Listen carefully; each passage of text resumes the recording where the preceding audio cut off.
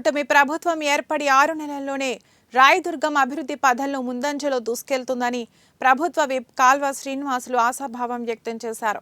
రాయదుర్గం పట్టణంలోని టీడీపీ కార్యాలయంలో సమావేశంలో మాట్లాడుతూ రాయదుర్గం నియోజకవర్గం తెలుగుదేశం పార్టీ పాలనతో అభివృద్ధి చెందుతోందని పేర్కొన్నారు.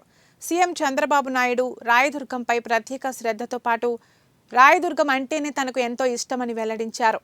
నియోజకవర్గంలోని నియామకాలు ప్రజావేదికలో ముఖ్యమంత్రి ఇచ్చిన హామీలు హర్షణీయమన్నారు. జీడిపల్లి నుండి భైరవాణి తిప్ప ప్రాజెక్టుకు 968 కోట్ల నిధులతో శ్రీకారం చుడతామన్నారు. కృష్ణా జలాలతో ఉంతకల్ గ్రామంలో బొమ్మనహల్, డి హీరేహల్ మండలాల్లోని గ్రామాలలో సస్యశ్యామలం చేయడమే దయనీయమన్నారు. తుంగభద్ర ఎగువ కాలువ ఆధునీకరణ పనులకు 600 కోట్లతో పూర్తి చేసేందుకు చర్యలు చేపడతామన్నారు. రాయదుర్గం మున్సిపల్ అభివృద్ధికి ప్రత్యేక నిధులతో అన్ని విధాల అభివృద్ధి పనులకు నిధులు మంజూరు చేయనున్నట్లు తెలిపారు. విషయంలో కూడా ఆయన వాటిని పూర్తి చేస్తానని స్పష్టంగా ప్రకటించారు. గతంలో ప్రారంభమై అర్ధాంతరంగా ఆగిపోయిన కారణంగా కాలువలో నీటి ప్రవాహం సక్రమంగా లేక ఇబ్బందులు పడుతూ ఉన్నాం. దాన్ని తీర్చడానికి ఆయన హామీ ఇచ్చారు.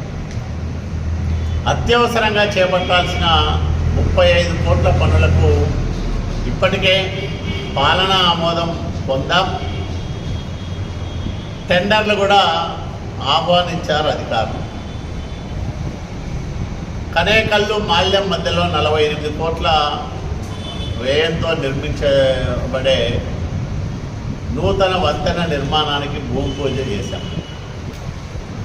అర్ధాంతరంగా ఆగిపోయిన బోనబావి బీసీ బాలికల ఆశ్రమ పాఠశాల పనులను 24.5 కోట్ల రూపాయల ఖర్చుతో తిరిగి ప్రారంభం చేయడానికి ప్రభుత్వం కసరత్తు చేస్తూ ఉంది. ఆగిపోయిన 2 రైల్వే వంతెనల ముఖ్యమంత్రి గారికి చెప్తే ఆయన దానికి సమ్మతించారు. కలెక్టర్ గారు కూడా